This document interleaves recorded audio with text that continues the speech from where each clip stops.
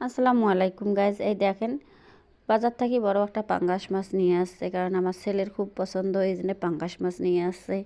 তো টুকলা করে করে রাখতেছে ফ্রিজে থোয়ার জন্যে। তো আমি ভাবলাম একটু পানি ঠাসাঠাসি করে দেই। তো ওরে বাবা, এমন ভাইও গ্রামের কল রে বাবা নাই। ইদি ঠাসলে উদি তলে যাচ্ছিল, উদি ঠাসলে উদি তলে যাচ্ছিল। এটা আসলে বাইরের কল, বাইরত কাজ কাম করি। তো মুই এখন কোনো তরকারি কোনো আন্দা নাকবে মাছ কোনা, তার জন্য পুলিবাড়ি গেলাম। পুলিবাড়ি কাছতে যে রসুন পেঁয়াজের পাত ধনিয়ার পাত তুলি আনো। ওরে বাবা, তুলবে যা দেখুন চলে এত বড় বড় সিমে হয়েছে। নবী সিমে সেই বিশাল বসিল লম্বা হয়েছে, বড় একটা করে সিমে হয়েছে। তো যাই হোক, মুই বাড়ি যাই, সিমে দেখি লাভ নাই, ধনিয়ার পাত তুলনু।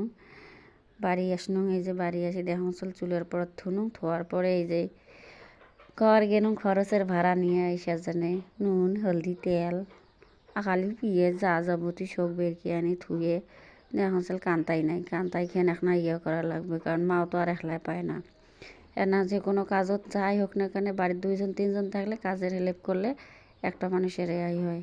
এই যে কান্তাই কলের পর নিয়ে গেল ধোয়ার জন্য। এই যে ওখান কলের পথ মাছ ধরেছিল, এই যে এখান কলের পথ ইয়েও করলাম ধোয়ার পরে। ওরে বাবা, এই যে ছাই, গ্রামের ছাই ছাড়া কোনো বলছে না। ছাই শহরের সঙ্গে ভীম দিয়ে ধুয়েও বলে মাঞ্জা খোঁজা করা বলে যায় না, হাত নষ্ট হয়। এই যে আমার এটাই ফেসিয়াল হয় চুলের ছাই দিয়ে কালি দিয়ে, বুঝছেন? এটাই